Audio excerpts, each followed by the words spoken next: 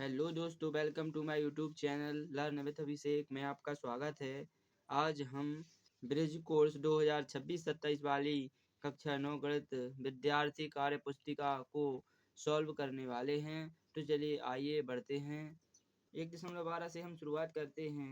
सम संख्याएं, ठीक है। जिन संख्याओं में 2 का पूरा भाग चला जाता है वे सम संख्याएं कहलाती हैं।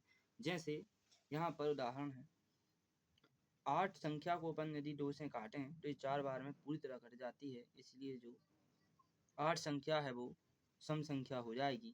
इसी प्रकार से यदि मान लीजिए कोई बड़ी संख्या अपन लें, 100 ले ली अपन ने, तो 50 बार में पूर्णतः कट जाती है, विभाजित पूर्णतः हो रही है, शेष पर 0 बच रहा है, तो वो सम संख्या कहलाती है। जैसे 2 4 6 8 इनका यदि अपन इनको विभाजित करें तो ये पूर्णतः विभाजित हो जाती हैं। जिन संख्याओं के अंत में 0 2 4 6 8 होता है वे सम संख्या होती हैं। जैसे कोई बड़ी संख्या यदि लिखी है, मान लीजिए ये 100 है, तो ये 0 आ रहा है लास्ट में, तो ये सम संख्या है। यदि यहाँ पर अपन 1 कर दें तो ये विषम संख्या हो जाएगा, ठीक है। इसीलिए ये क्या है, यदि 100 लिखा है तो ये सम संख्या है। अब अपन आते हैं कार्यपत्रक 12 पर, जिसमें प्रश्न क्रमांक फर्स्ट में निम्न में सम संख्या पर गोला लगाइए। तो सम संख्या की पहचान है 2 4 6 8 इकाई के स्थान पर होना चाहिए। जैसे यहाँ पर अपन लिख दें 112, तो इकाई का अंक 2 है, दहाई का अंक 1 है और सैकड़ा का अंक भी 1 है, ठीक है। तो इकाई के जो अंक है उस पर 2 0 2 4 6 8 में से यदि कुछ आता है, कोई संख्या रहती है, तो वो सम संख्या कहलाएगी। जैसे यहाँ पर 2 है तो ये सम है, 42 है तो ये सम है, 402 है तो ये सम है, और जे 101 लिखे हैं, 511 लिखे हैं, तो ये अंत में इकाई के स्थान पर 1 आ रहा है, यहाँ भी 1, तो ये विषम संख्या हो जाएगी, जो कि अपन आगे पढ़ेंगे, ठीक है। अब अपन चौथे में 84 है, लास्ट में 4 आ रहा है इकाई के अंक पर, ठीक है। यहाँ पर 8 आ रहा है 2। इस प्रकार से हमने ये एक के बाद एक सभी को सॉल्व किया। इसके बाद अपन प्रश्न क्रमांक 2 पर चले, जिसमें लिखा है 11 से 20 के बीच की सम संख्याओं को लिखिए। तो 11 से 20 की सम संख्याएं कौन कौन सी हैं? तो 12 14 16 18 ये 4 संख्याएं हो जाएंगी, जो 11 से 20 के बीच सम संख्याएं हैं। अब प्रश्न क्रमांक 3 में हमको बताया गया है कि संख्या 11 से 40 के बीच की सम संख्याओं को लिखिए। तो 11 से 20 के बीच 4 संख्याएं अपन ने निकाली। इसी प्रकार से हम 31 से 40 के बीच की सम संख्याओं को लिखेंगे। जैसे 32 हो जाएगी, 33 नहीं होगी, 34 हो जाएगी, 35 नहीं होगी, 36 हो जाएगी, 37 नहीं हो पाएगी, 38 हो जाएगी। इसी प्रकार से अब हम प्रश्न क्रमांक 4 की ओर बढ़ते हैं, जिसमें हमें सही जोड़ी बनानी है स्तंभ आ की स्तंभ वा से। चलिए, तो 7 से 11 के बीच की सम संख्याएं कौन सी हैं? तो 7 से 11 के बीच की सम संख्याएं 8 और 10 हो जाएंगी, ई वाला, ठीक है, ये हो जाएंगी। इसके बाद 11 से 19 के बीच की 4 क्रमांक सम संख्याएं कौन सी हो जाएंगी? तो 11 से 19 के बीच 12 14 16 और 18 हो जाएगी, ठीक है। अब हम आते हैं थर्ड पर, जिसमें 5 से 9 के बीच सम संख्याएं याद करनी है। तो 5 से 9 के बीच सम संख्याएं कौन सी हो जाएंगी? 6 और 8 हो जाएगी, डी वाला।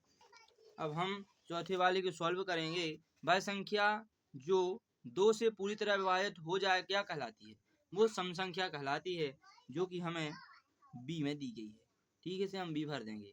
अब 41 और 43 के बीच की सम संख्या कौन सी है? तो 42 हो जाएगी, जो कि सी में दी गई। इसी प्रकार से हमने सही जोड़ी को कंप्लीट किया, कार्यपत्रक 12 को सॉल्व किया। अब हम बढ़ते हैं कार्यपत्रक 13 की ओर। अब हम आते हैं 1.13 विषम संख्याएं। जिन संख्याओं में 2 का पूरा भाग नहीं जाता है विषम संख्याएं कहलाती हैं। जिन संख्याओं के अंत में इकाई के अंक जैसे 1 3 5 7 या 9 होता है वे विषम संख्या होती हैं। जैसे मान लीजिए उदाहरण के तौर पर हमने 7 ले लिया और 2 से भाग करा तो 3 बार गया, जिससे हमें शेष 1 प्राप्त हो जाता है। अतः इससे स्पष्ट होता है कि यह एक विषम संख्या है, क्योंकि यहाँ पर शेषफल 1 बचा है।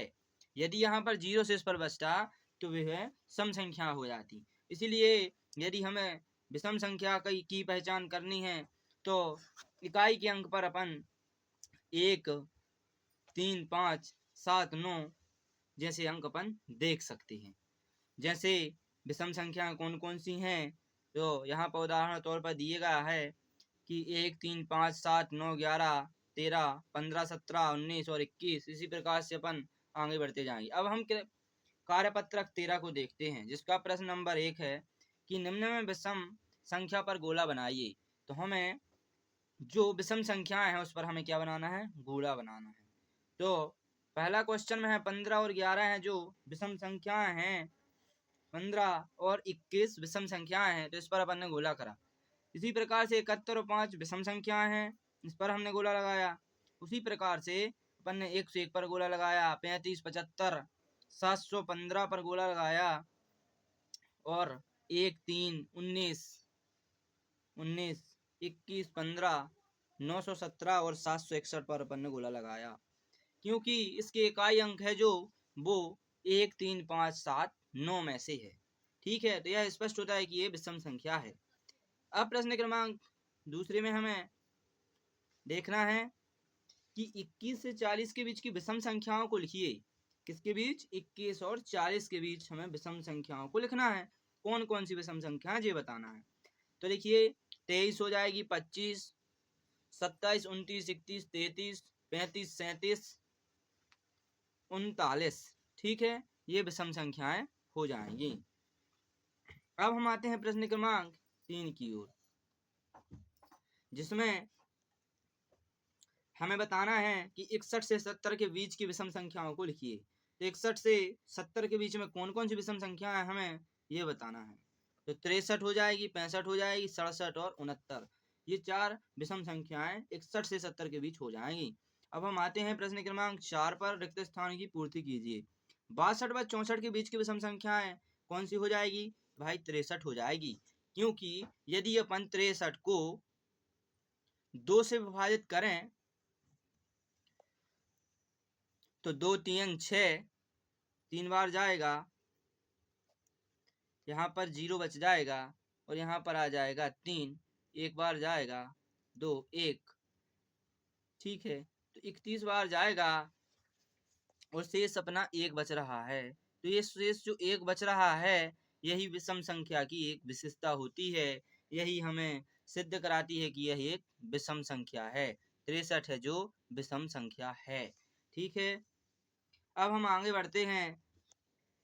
तो 41 और 48 के बीच की विषम संख्याओं की कुल संख्या क्या है? 41 से 48 के बीच की विषम संख्याएं हो जाएंगी 43 हो जाएगी और 45 हो जाएगी और 47 हो जाएगी।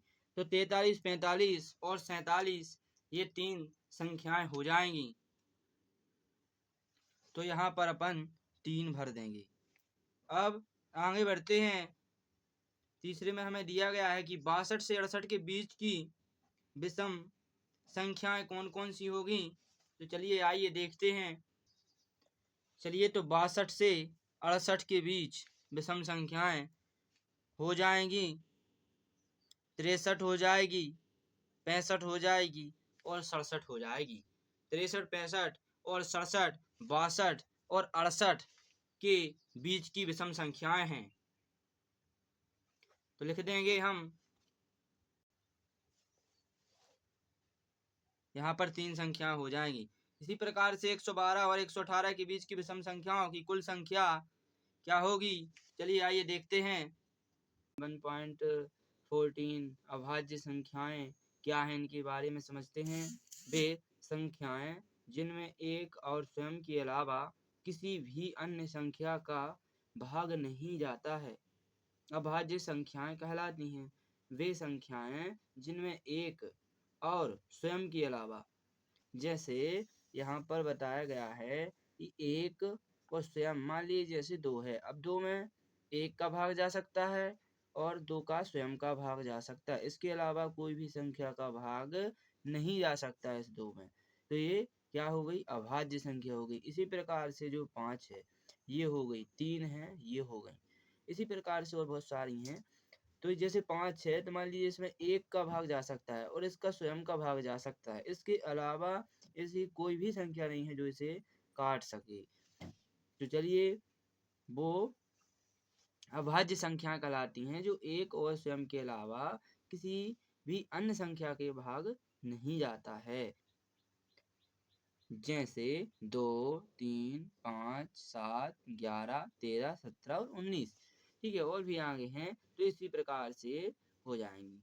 अब हम आते हैं कार्यपत्रक 14 के प्रश्न नंबर 1 पर, जिसमें हमें भरना है रिक्त स्थानों की पूर्ति कीजिए। यहाँ पर कुछ प्रश्न दिए गए हैं 5, इनको हमें सॉल्व करना है। चलिए आइए, सबसे छोटी अभाज्य संख्या क्या है? तो सबसे छोटी अभाज्य संख्या हो जाएगी 2। ठीक है, सबसे छोटी अभाज्य संख्या 2 हो जाएगी। इसके बाद प्रथम 3 अभाज्य संख्याएं हैं। प्रथम 3 अभाज्य जो हैं वो संख्याएं हैं, कौन कौन सी हैं? तो देखिए 2 हो जाएगा, 3 हो जाएगा और 5 हो जाएगा। ठीक है, इस प्रकार से हो जाएगा। इसके बाद है प्रश्न क्रमांक उसी का तीसरा कि 11 से 20 के बीच अभाज्य संख्याओं की कुल संख्या है। तो 11 से 20 के बीच अभाज्य संख्याओं की कुल संख्या क्या है ये बतानी है हमें। देखिए यहाँ पर जैसे उदाहरण में दिया गया था 11 से 20 के बीच की, तो 11 से 20 के बीच की कौन सी हो जाएंगी? 13 हो जाएगी, 17 हो जाएगी और 19 हो जाएगी। 13, 17 और 19। ठीक है, 13, 17 और 19। ठीक है, ये 3 संख्याएं हो जाएंगी। अब चौथा क्वेश्चन, 2 से 10 के बीच की अभाज्य संख्याएं। तो 2 से 10 के बीच की अभाज्य संख्याएं कौन कौन सी हो जाएंगी? तो 3 हो जाएगी, 5 हो जाएगी और 7 हो जाएगी। चलिए अब हम 5वें क्वेश्चन पर आते हैं। तो वे संख्याएं जिनमें एक और स्वयं के अलावा किसी भी अन्य संख्या का भाग नहीं जाता है कहलाती हैं। कौन सी संख्या कहलाती हैं? तो अभाज्य संख्या कहलाती हैं। कौन सी? अभाज्य संख्या। अभाज्य संख्या। ठीक है, अब हम आते हैं प्रश्न क्रमांक नंबर 2 पर, जिसमें बताया गया है कि 1 से 20 तक की संख्याओं के बीच की अभाज्य संख्याओं को लिखिए। 1 से 20 तक की संख्याओं के बीच की अभाज्य संख्याओं को लिखना है। तो 1 से 20 के बीच में कौन कौन सी अभाज्य संख्याएं हैं? तो देखिए 2 है, 3 हो जाएगी, 5 हो जाएगी, 7 हो जाएगी, 11 हो जाएगी, 13 हो जाएगी, 17 हो जाएगी और 19 हो जाएगी। ठीक है, ये 1, 2, 3, 4, 5, 6, 7, 8 संख्याएं हो जाएंगी 1 से 20 तक के संख्याओं के बीच की भाज्य संख्याएं। ठीक है, अब हम आते हैं प्रश्न क्रमांक 3 में, जिसमें बताया गया है कि प्रथम 5 अभाज्य संख्याओं को लिखिए। तो प्रथम 5 अभाज्य संख्याएं हो जाएंगी 2, 3, 5, 7 और 11। ये प्रथम 5 अभाज्य संख्याएं हो जाएंगी। अब आते हैं हम सत्य असत्य की ओर। तो प्रश्न क्रमांक 4 में सत्य असत्य लिखिए। सबसे छोटी अभाज्य संख्या 1 है, तो ये असत्य हो जाएगा क्योंकि 1 है जो वो अभाज्य संख्या नहीं है। प्रथम 2 अभाज्य संख्याएं 3 व 5 हैं, तो ये भी असत्य है क्योंकि प्रथम अभाज्य संख्या 2 है। तीसरा में है 15 से 20 के बीच की अभाज्य संख्याएं 17 व 19 हैं। 15 से 20 के बीच की अभाज्य संख्याएं कौन सी हैं? तो 17 व 19 हैं। तो बिल्कुल सही। वे संख्याएं जिनमें एक और स्वयं के अलावा किसी भी अन्य संख्या का भाग नहीं जाता है, वो भाज्य संख्याएं कहलाती हैं। तो बिल्कुल सही। फिर है प्रथम 4 अभाज्य संख्याएं 2, 3, 5, 7 हैं, तो ये भी बिल्कुल सही है। अब हम आते हैं कार्यपत्रक 15 पर। चलिए तो हम आ गए हैं 1.15 पर। भाज्य संख्याएं, तो वे संख्याएं जिनमें एक और स्वयं के अलावा कम से कम एक अन्य संख्या का भाग जाता है या विभाज्य होती हैं। भाज्य संख्याएं कहलाती हैं, या ऐसी संख्याएं जिनके 2 से अधिक गुणनखंड होते हैं वे भाज्य संख्याएं कहलाती हैं। जैसे 4, 6, 8, 9, 10, 12, 14, 15, 16, 18, 20 एक ऐसी संख्याएं हैं जिनके एक और स्वयं के अलावा भी विभाजित करने वाली संख्याएं उपलब्ध हैं, करने वाली जो हैं वो अंक उपलब्ध हैं। यहाँ पर नोट में लिखा है कि एक ना तो भाज्य संख्या है और ना ही अभाज्य संख्या है। जो एक होता है ये ना ही भाज्य है और ना ही ये अभाज्य संख्या है। ठीक है, अब हम आते हैं कार्यपत्रक 15 पर, जिसमें प्रश्न क्रमांक फर्स्ट में हमको बता रहे हैं कि 1 से 20 तक की संख्याओं के बीच की भाज्य संख्याओं को लिखिए। अब 1 से 20 तक की संख्याओं की भाज्य संख्या को लिखना है हमें। चलिए स्टार्ट करते हैं हम। 4 हो जाएगा, 6 हो जाएगा, 8 हो जाएगा, 10 हो जाएगा, 12 हो जाएगा, 14 हो जाएगा, 15 हो जाएगा, 16 हो जाएगा, 18 हो जाएगा। ठीक है, तो इतनी हो जाएंगी। 19 नहीं होगा। 15 क्यों हो रहा है? क्योंकि इसमें 1 से विभाजित किया जा सकता है और इसे 5 से विभाजित किया जा सकता है, इसे 3 से विभाजित किया जा सकता है और इसे स्वयं से विभाजित किया जा सकता है। इसीलिए इसे 1 से और स्वयं के अलावा भी इसे 2-3 संख्याओं से विभाजित किया जा सकता है। इसीलिए 15 है जो वो भाज्य संख्या है। अब हम प्रश्न क्रमांक दूसरे पर आते हैं, जिसमें बताया गया है कि प्रथम 5 भाज्य संख्याओं को लिखिए। चलिए तो हम लिखते हैं प्रथम 5 भाज्य संख्याएं 4, 6, 8, 10 और 12 हो जाएंगी। ठीक है, ये 5 भाज्य संख्याएं, प्रथम 5 भाज्य संख्याएं हो जाएंगी।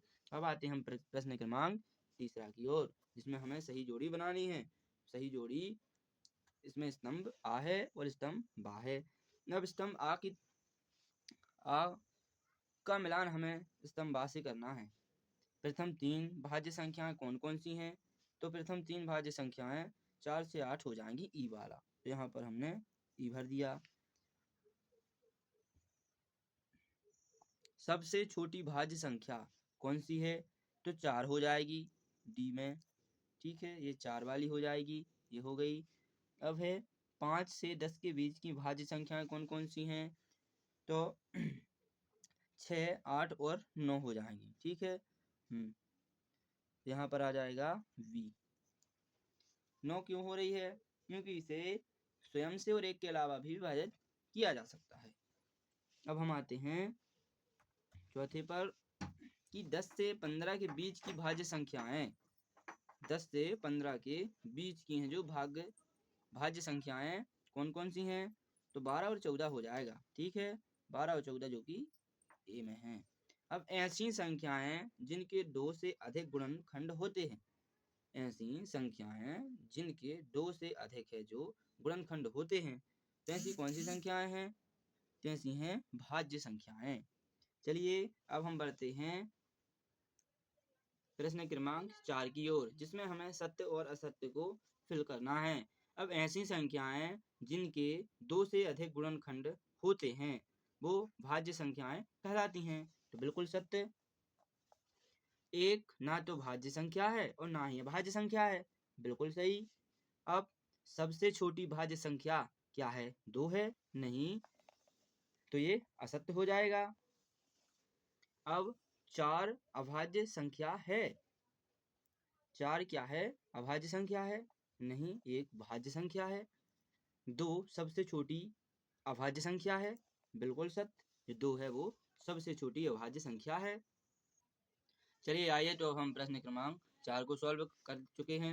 अब हम प्रश्न क्रमांक 5 की ओर बढ़ते हैं, जिसमें हमें सही विकल्प चुनकर लिखना है और हमें यह बताना है कि यह भाज्य है या अभाज्य संख्या है। तो चलिए पहले में है 2। 2 क्या है? एक भाज्य है या अभाज्य?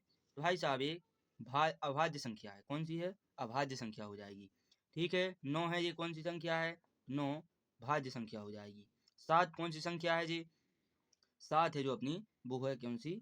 अभाज्य संख्या हो जाएगी। 15 है वो कौन सी संख्या है? तो वो भाज्य संख्या हो जाएगी। 17 है वो अभाज्य संख्या हो जाएगी।